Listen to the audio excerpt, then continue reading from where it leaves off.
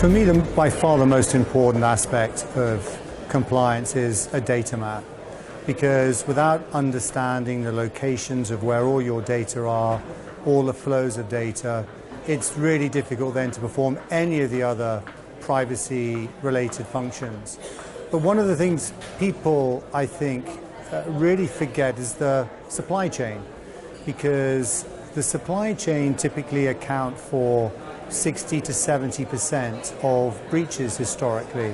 And by the supply chain, I mean organizations you might work with in the ordinary course of business, software as a service providers or other outsourcers. And under GDPR, you now have joint and several liability with those organizations. So if you don't have a good map and an understanding of not just what they're doing with your personal data, but any sub-processors or software as a service that they're using, then you don't really have a very good grip on what's going on at all. So I think absolutely a good data map that you can maintain through the full life cycle is the most important thing that you can actually do.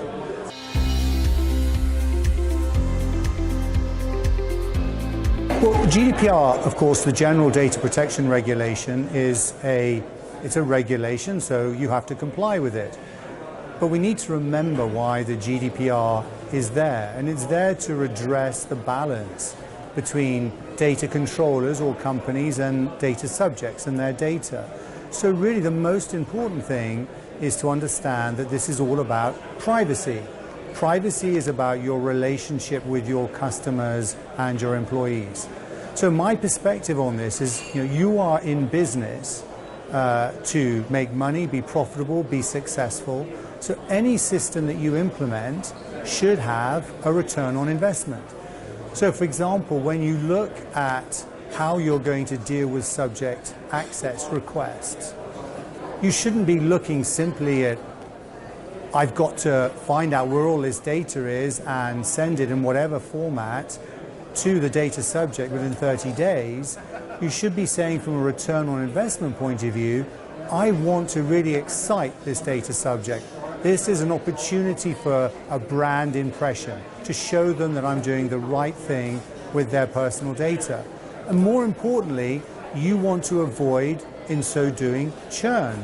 Because if you don't excite them, and if you just give them a whole load of information that they don't really understand, of course the next step is they're going to send you a erasure request, then they're going to send you a portability request, or perhaps in the other order, which is going to cost you £100–200 a piece again. So there's a very strong return on investment from actually doing the right thing and looking at this as privacy rather than, and an opportunity rather than just compliance.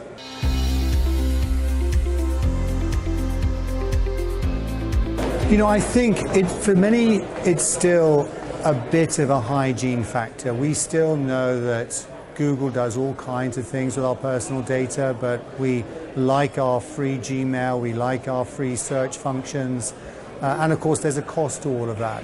But there's no doubt that what GDPR is doing is it's inserting far greater transparency as to what organizations are actually doing with our data. And that knowledge is undoubtedly going to force a debate, and that debate is going to determine the equilibrium, the comfort zone that data subjects, consumers, employees have with how their data is being treated. The big challenge for companies is actually now recognizing that the world has moved on. They no longer own this customer data, they're custodians of this data. And as a custodian, you've got to take security really seriously. Today, many organizations, they say they treat security seriously, but actually in reality they outsource the risk to an insurer in return for a small premium. That's going to change under GDPR, because whilst you can have security without privacy, you can't have privacy without security. So organizations need to look long and hard at establishing a cultural shift so that people look after this data far more securely, and they treat security far more carefully.